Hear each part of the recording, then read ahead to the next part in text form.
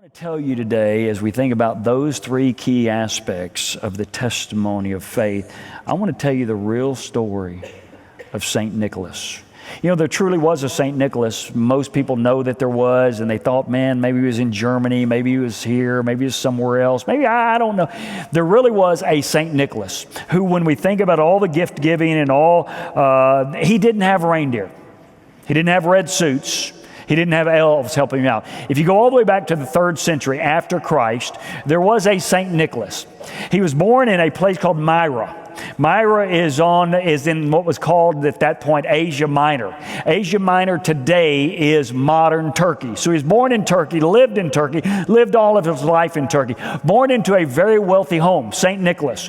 But he professed faith in Jesus Christ at an early age. After professing faith in Jesus Christ, he felt called into the ministry to be a preacher, to prophesy, to teach others about Jesus. His mom and dad, when he was young, were tragically killed, but he was left with a fortune.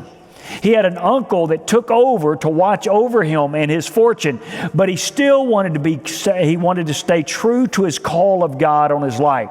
So he lived all of his life there, grew up in the church, became the pastor, became the bishop, became everything there, but he was noted as a preacher and as a wealthy man for giving away his fortune. Remember, I told you, if I haven't already told you, it was the place that he lived there was a seaport. And many of the sailors would come in and they wouldn't have any money. And as they would stay in the little hotels or they would sleep outside, they would have their boots that they would just take off of their feet. And they would sit there and he'd walk around with gold coins and just throw gold coins in the boots of the sailors and those that were around. His life was more than just lip service. There was another story that throughout his life in those days, back in the 3rd century, that what had to happen if a family was to come together in true marriage, there had to be dowries exchanged. And there in the city that he was the pastor, that he was the bishop of, there was a man who had 3 daughters, and he was broke. He had nothing to offer as a dowry for the exchange of his daughters. And so this man went and made a deal with the only people who would take his daughters, a brothel.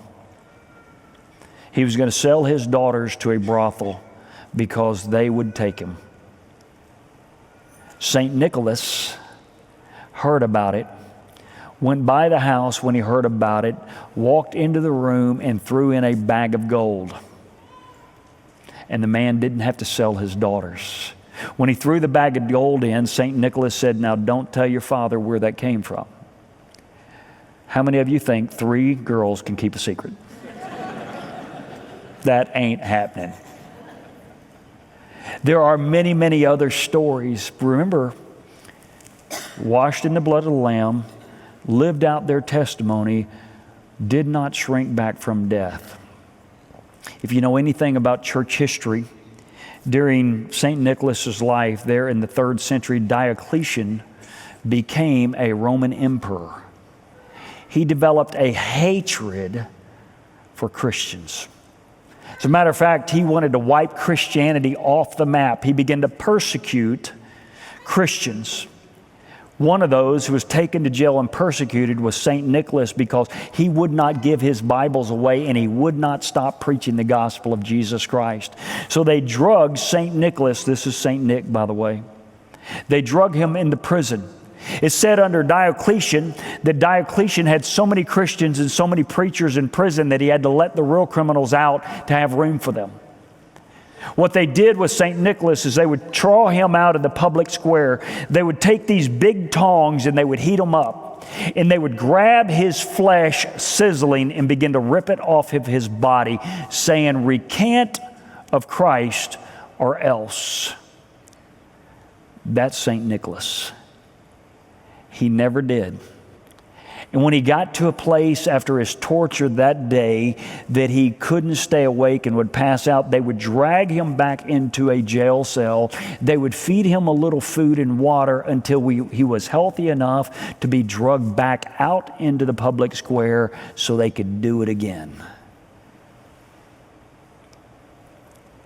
It wasn't long, Diocletian was removed from power and persecution was there, and that brittle and broken down St. Nick had stayed faithful, washed in the blood, living testimony with his life, wasn't afraid of even death if that was what it cost. But perhaps my favorite story about St. Nicholas, there in the 318s and 320s, there was a heresy that began to grow in the church by a guy named Arius. Arius began to teach that Jesus really wasn't God's son. And so they held a Council of Nicaea. If you've studied church history, you know a little bit about the Council of Nicaea. It was really where the church got together and began to say, you know, this Arius guy's teaching that Jesus is just a God, he's not the God. By the way, that heresy is not dead. It still survives today in the Jehovah's Witness. Go all the way back to Arius. There in the Council of Nicaea, here's why I like St. Nick. They're in that big debate and imagine that we're all bishops and elders and pastors and preachers, and we have all the testimony of the saints right before us, and they sit right up front. They sit some of the biggest and best of us.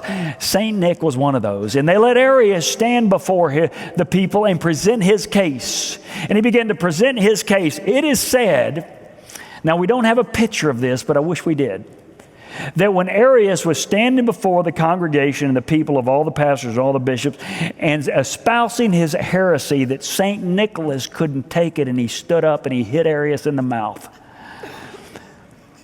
That's my kind of pastor. Just want you to know, I've not done that, but I've thought about it on occasion, I will just tell you.